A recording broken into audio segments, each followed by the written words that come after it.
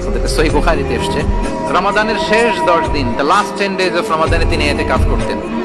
ইতিকাফ অবস্থায় স্ত্রীরা এসে রাতে দেখা করে যেত, জরুরি কথা আলাপ থাকলে সেরে যেত। একবার রাতে সফিয়া বিনতে হুয়াই ইবনে আখতাব রাদিয়াল্লাহু তাআলা আনহা আসলেন, ওনার স্ত্রী।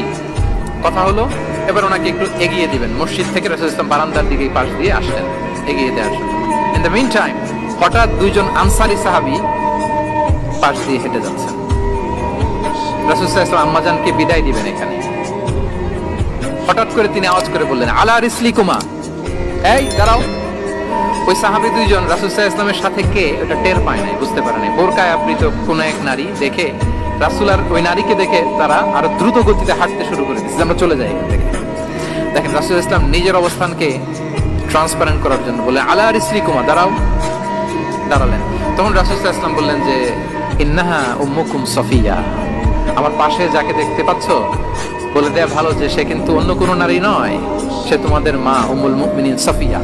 সাহাবারা বলে, সুবহানাল্লাহ ইয়া রাসূলুল্লাহ, ইয়া রাসূলুল্লাহ, এ কেমন কথা, আপনি কেন আমাদের কাছে জবাবদিহি করতে যাচ্ছেন বা ক্লারিফাই করছেন?